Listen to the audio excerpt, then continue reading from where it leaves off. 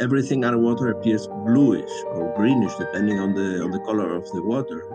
But we don't have colors. If we want to get colors in our pictures, we have to use a strong light, artificial light, that is stronger than the ambient light that we have around us to make it visible, because otherwise it would not be useful. To get back the real colors of the objects. Okay. And so underwater photography is, let's say, it's like studio photography, because you have to use this artificial light and take care of the proper illumination.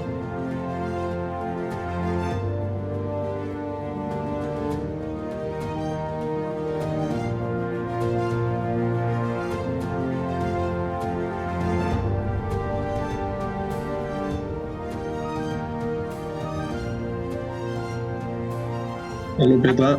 Hello, Arturo. So great to meet you. Yeah, same. And what a lovely background. Yes. Is this your... Actually, not real now. But is this your photography?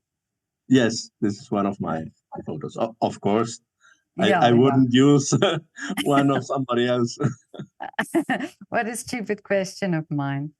But I love your photographs. I mean, unbelievable. I cannot even imagine how you do it. And you come so close up to all these ocean creatures. Yes.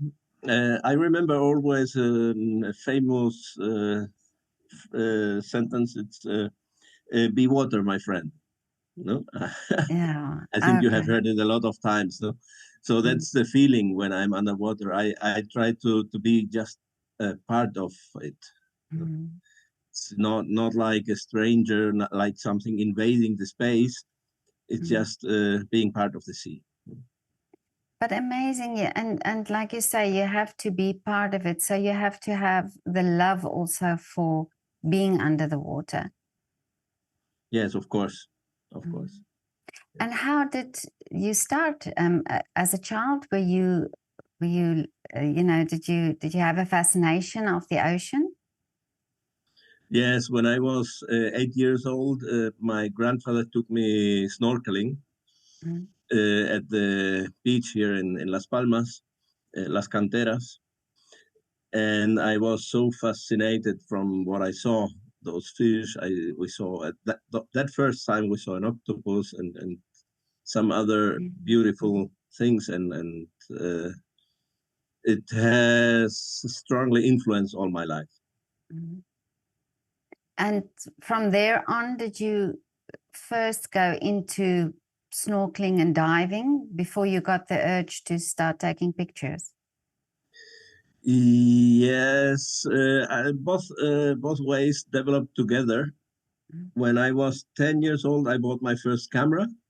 And when I was 15, I built my first underwater housing for a camera. Oh, okay. So it really developed together the fascination for the sea, for the underwater world, and for the photography. And it's quite, I mean, it must be quite different, that the photography of, of going underwater. Do you also do photography outside the water? Yes, sometimes. Yes, I like it too. No? But I cannot do everything I can do. So I concentrated on the underwater photography. And I have done a lot of photography outside the water, even few weddings of friends or so. But my life, my passion is underwater photography. Okay, so now you have to give me the difference, the comparisons and the difference between out-of-water photography and underwater photography. What is the different skill set? Yeah, out-of-water photography is just a business. It's just a work. No? and underwater is what I live. Mm.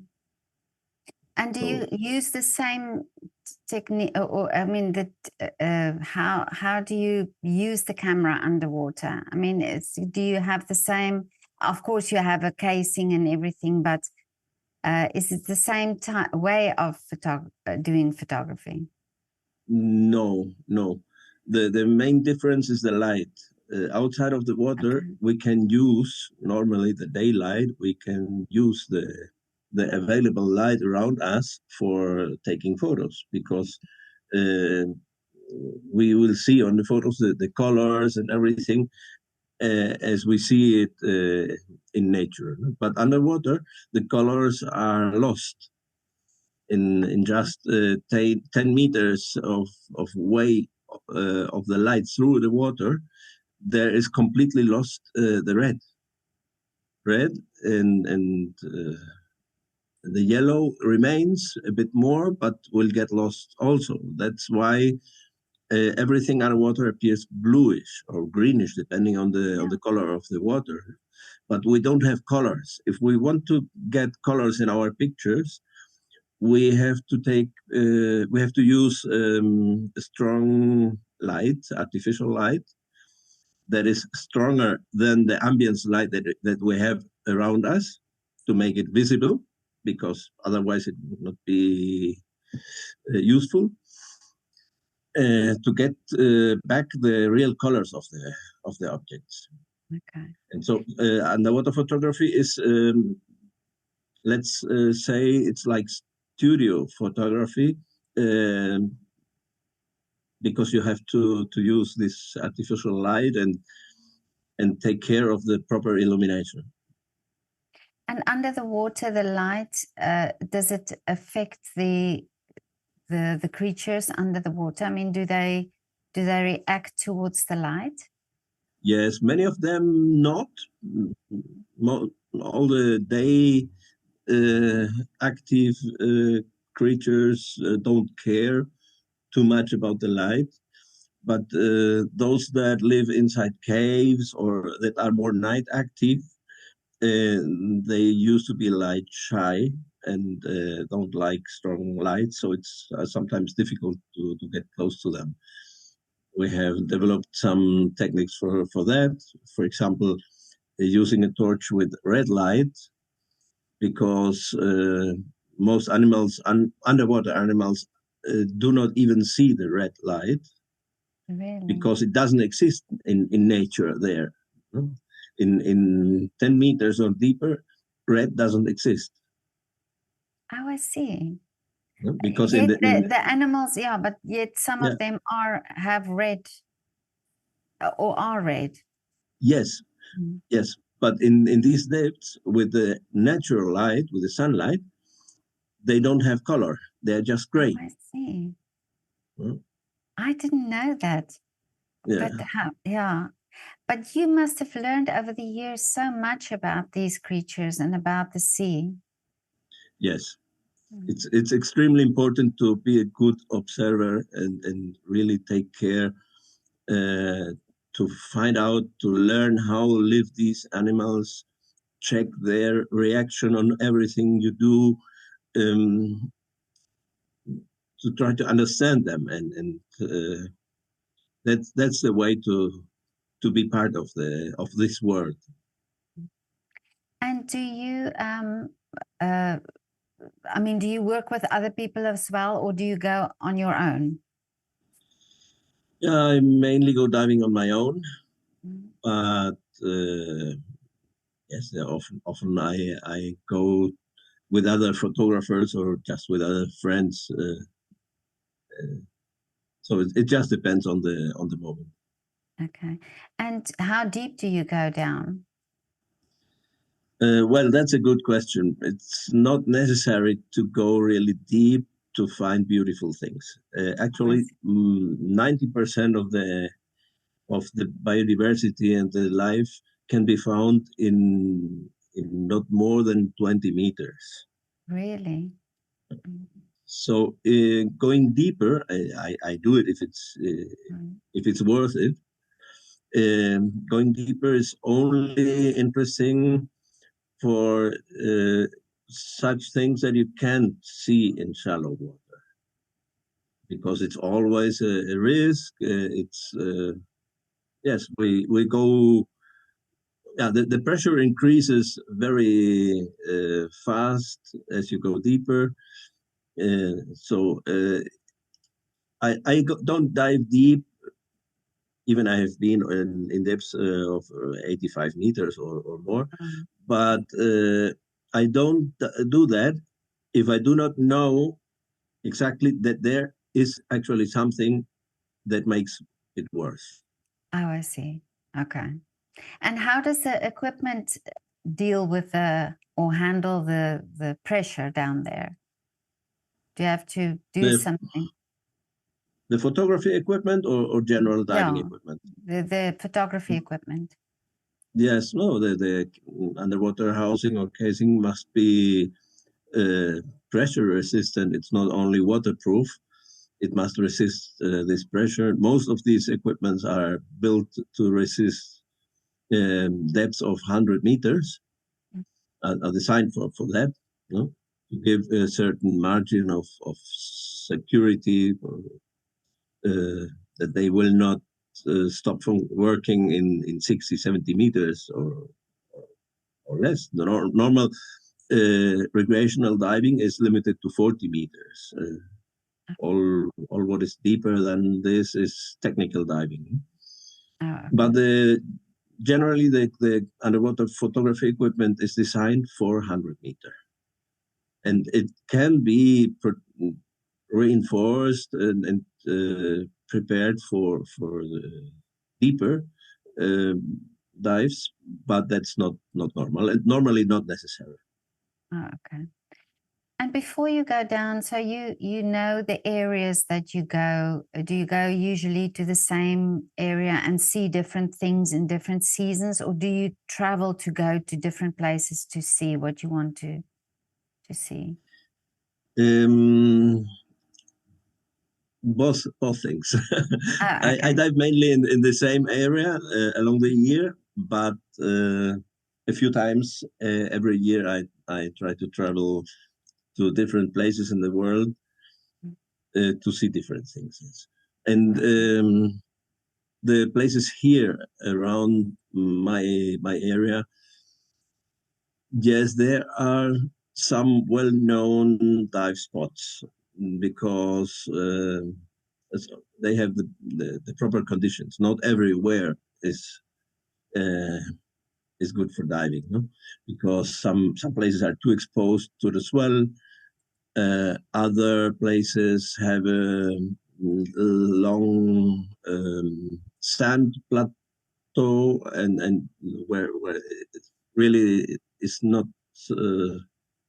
You will not find something really interesting during the day because these sand plateaus during the night are completely different and are full of life. Really?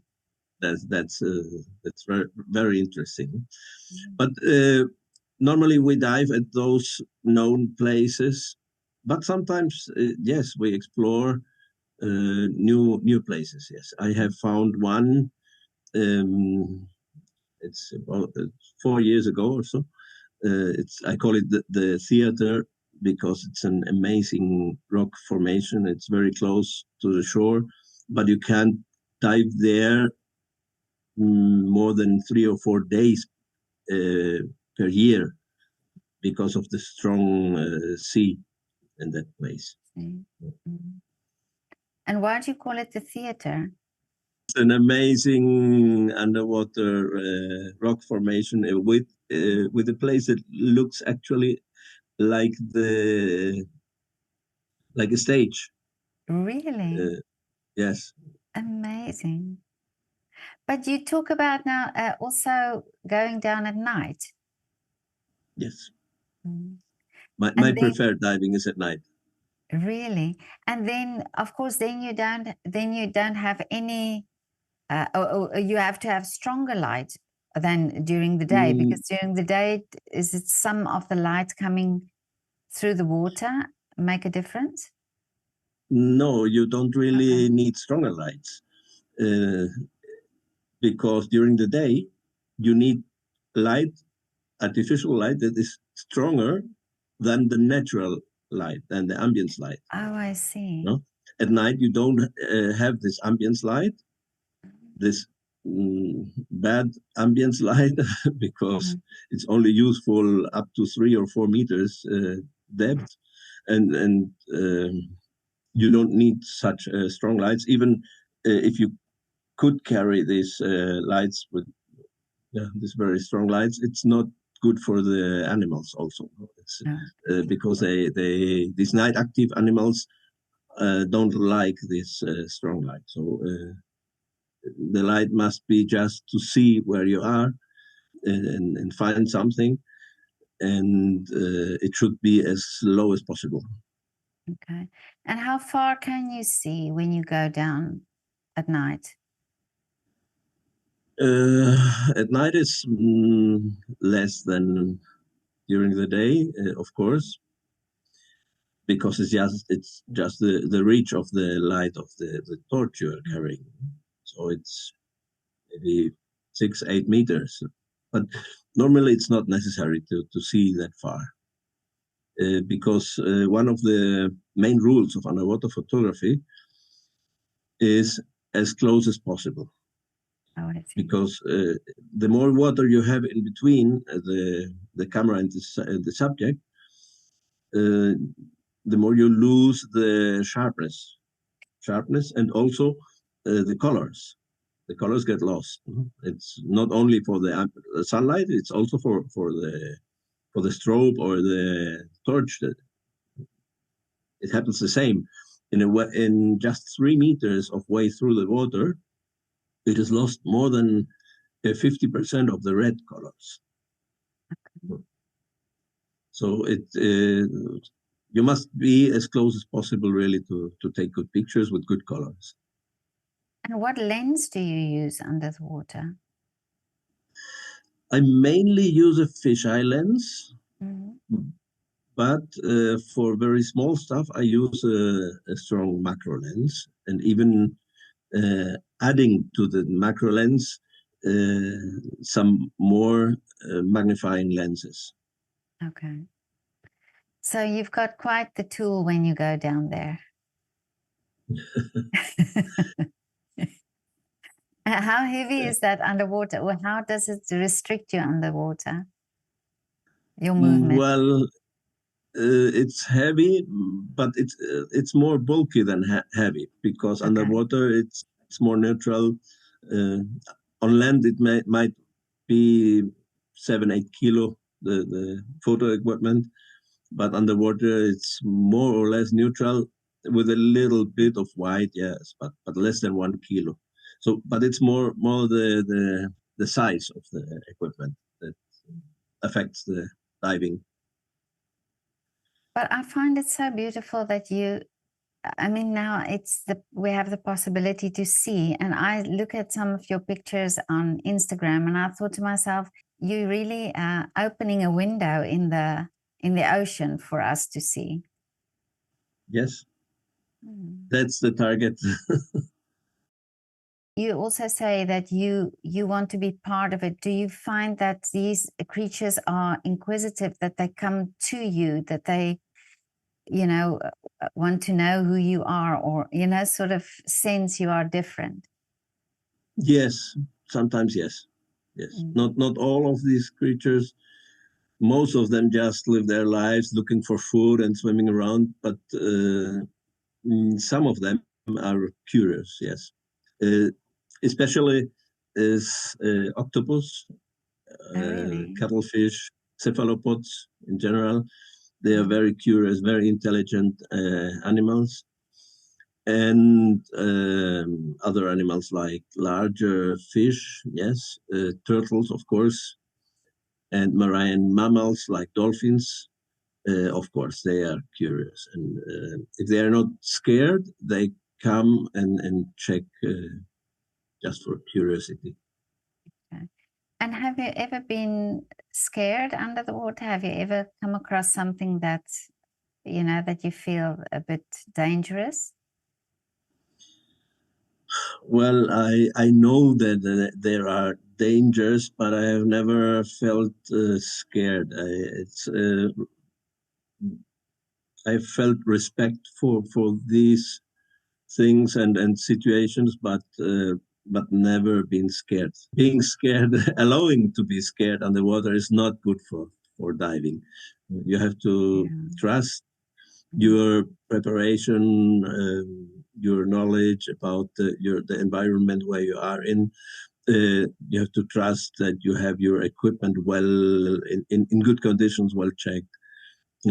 So it's necessary to trust yourself and your equipment. Be self-reliant. Be able to solve small problems that could come up yourself, not depending on others, because even with other divers around, uh, there can happen things. It's I recommend everybody to do the course of solo diver or self-reliant diving uh, to win this trust and confidence, to know that you can solve the problems. Mm. Yeah, I think this is important also that you also know the safety and that you don't take those risks, that you know where, what you have to do and that you feel that Yes, security. Yeah. yes, and respect your own limits. Mm. But I saw your work through Elena Del Mar, and you photographed Yes. her as well, and she does this beautiful dancing underwater.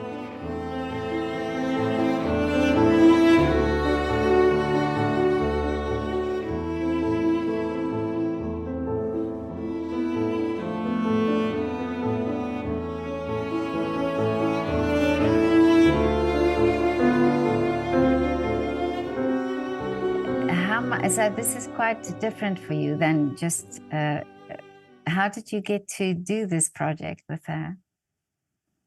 Yeah, it's a challenge. I love accepting challenges. Oh, okay. It was a challenge, and I knew that I could do something really nice, really good. I do not used to take videos underwater. I'm concentrated more on photography, and actually I did not edit the videos for Elena. I just recorded them. Okay. But I love the project. It's really interesting. It's really beautiful. Uh, I think it must be shown to the world. I think so too. And I think I love this connection, that there's with photography, this is you showing the actual creatures and you're showing the ocean. But when you film Elena with it, it's almost that connection, that human connection in the ocean. Yes, Mm. that's right. And for you, you say it's the first time you did filming underwater. So, what were the challenges for you? Yeah, well, it was not actually the first time I did filming. I had Oh. done some jobs, some short videos, but the first larger project was this with Elena. The challenge with for recording video is the movement. Is the main challenge. Keep the movement really steady, and yeah, in photography you just capture one moment, one instant, but with the video it's all the sequence, it's all the scene that must show harmony, and I think we got it.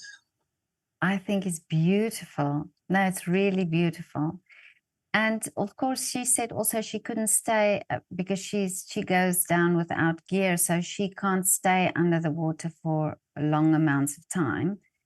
And does that also then sort of affect how you film, because you have to, after a few minutes, actually have to take her up and bring her down again? Yes, but we normally have somebody else there for Oh, I see.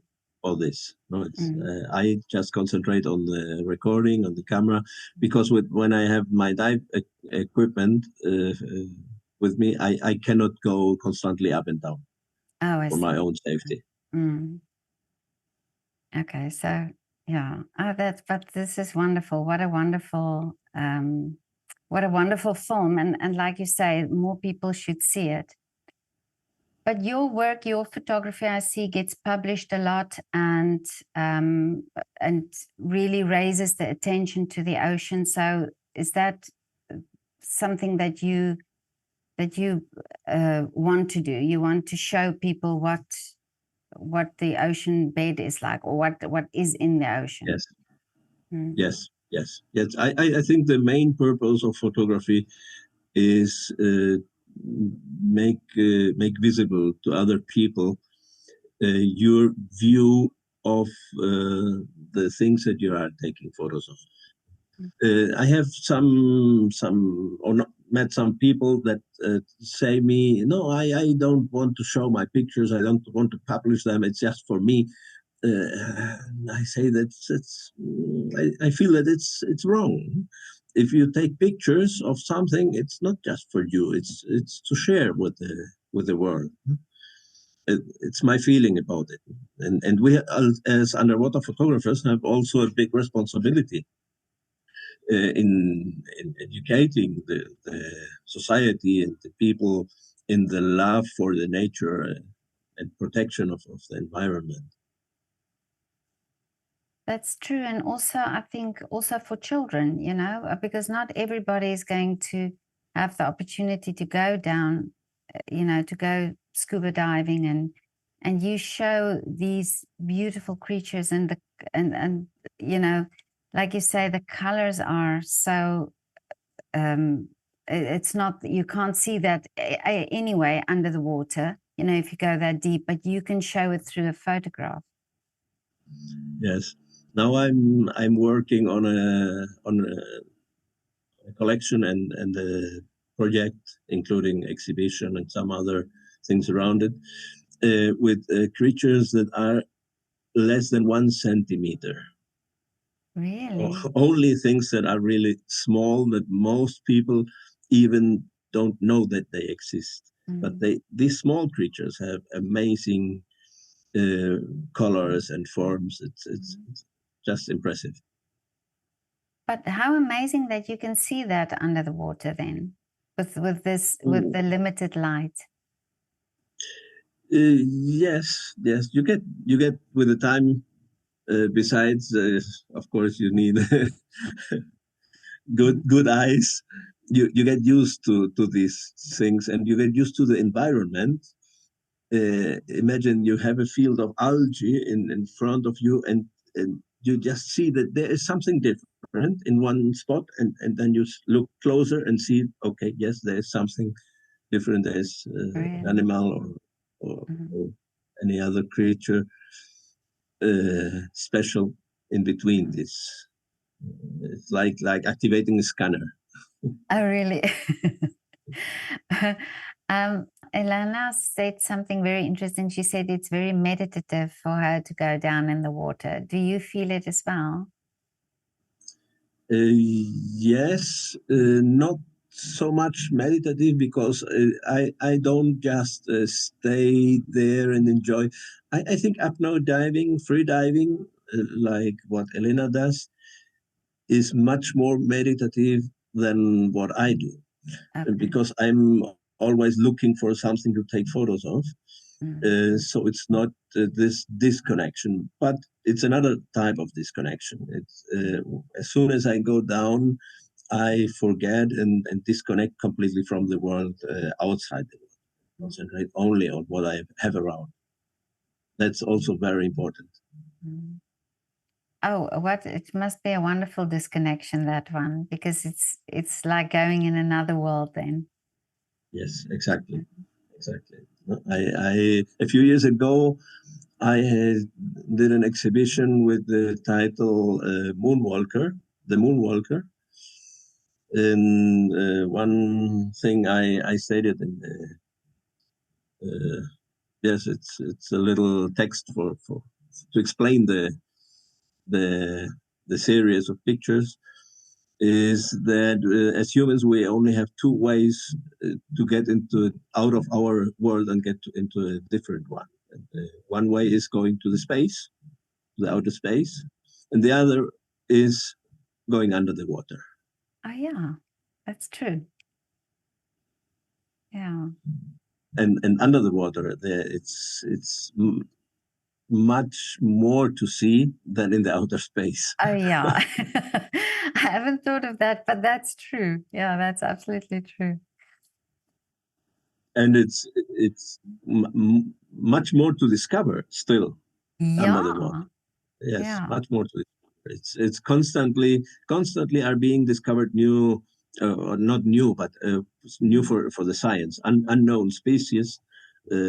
Just a few months ago, I discovered a new species of not new. It's not new. It has always Yeah, existed, but you discovered it. but Yeah.